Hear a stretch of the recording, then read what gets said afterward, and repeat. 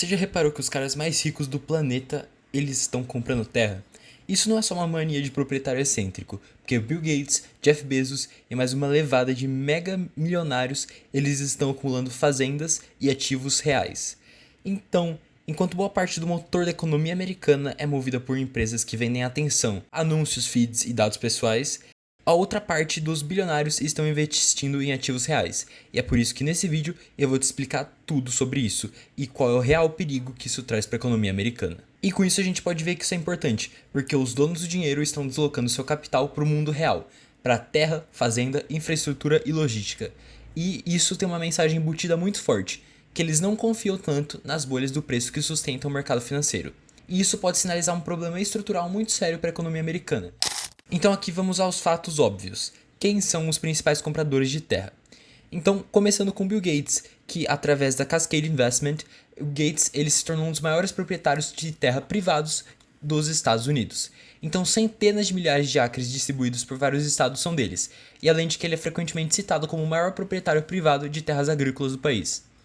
E além disso, diversas outras famílias de bilionários tradicionais vêm aumentando suas posições em terras nos Estados Unidos.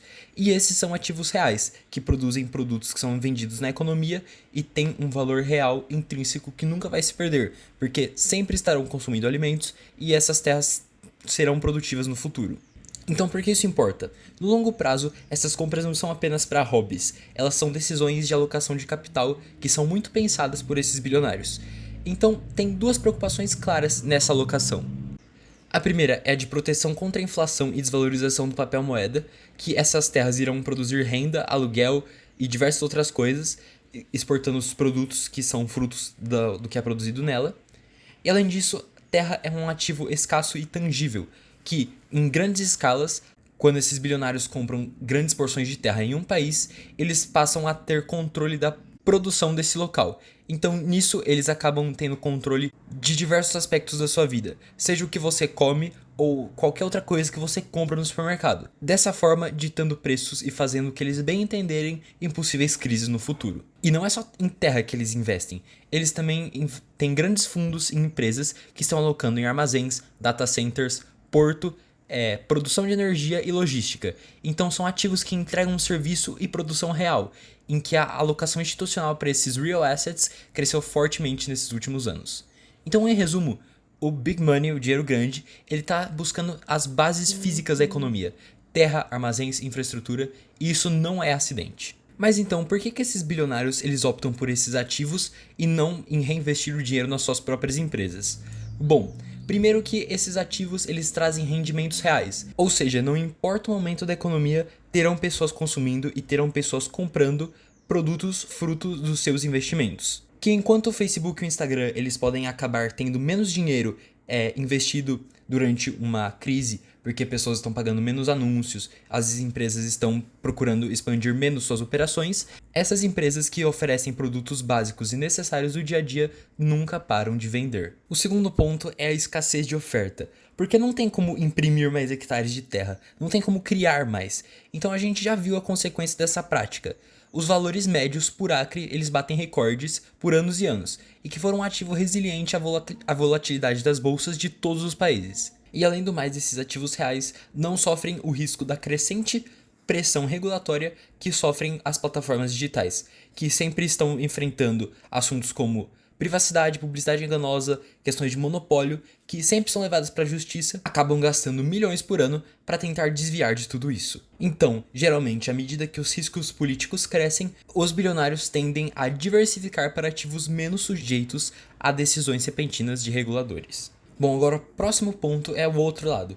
O porquê a economia americana está concentrada em empresas não produtoras. Que a economia americana, nas últimas décadas, cresceu muito no setor de serviços, tecnologia, e o valor de mercado passou a se concentrar em empresas que monetizam a atenção. E no meio de tudo isso, surgiu a sigla do mercado americano, chamada FANG. É a sigla que define as 4 grandes maiores ações da bolsa de tecnologia dos Estados Unidos, que são Facebook, Amazon, Apple, Netflix e o Google. E elas são usadas para referir-se às companhias de alto crescimento e grande influência no mercado. E também tem um termo mais novo que foi criado, que agora é o Mango, que é um termo não padronizado que é geralmente usado para descrever as ações da Meta, Apple, Nvidia, Google e OpenAI, que é do grupo dessa era de IA, que são as empresas que estão liderando essa nova revolução do mercado. E por que tudo isso é perigoso?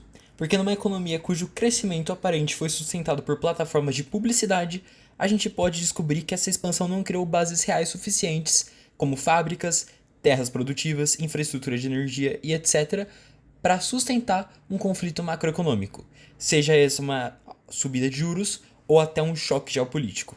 Então, nesse caso, as correções do mercado serão dolorosas e isso poderá acarretar em um desemprego estrutural. Então, para quem está buscando proteção patrimonial, investir nesses negócios que produzem bens, sejam indústrias, agronegócio, energia, manufatura e etc., eles possuem características favoráveis a todos esses cenários de incerteza, porque eles têm alguns quesitos que são importantíssimos, como receita ligada à necessidade, eles são ativos tangíveis que possuem valor mesmo em tempos de crise, e eles têm a possibilidade de potencial para proteção de inflação. E historicamente, quando as expectativas do mercado mudaram, seja por causa de crises ou choques de oferta, o capital sempre reprecificou, os ativos reais subiram e os ativos não essenciais de especulação caíram. Então o que eu estou dizendo aqui não é para ser anti-tech ou anti-desenvolvimento ou muito menos falar que os Estados Unidos vai quebrar nos próximos anos. O que eu estou tentando te mostrar aqui, na verdade, é que esses ativos reais são muito importantes para a economia e que caso não haja uma base sólida deles, a economia pode passar muito mal em épocas de crise, o que está mostrando uma vulnerabilidade na economia americana. Então, se esse vídeo te fez pensar diferente, compartilhe, comenta e se inscreve aqui no canal. Então é isso, falou e até o próximo vídeo.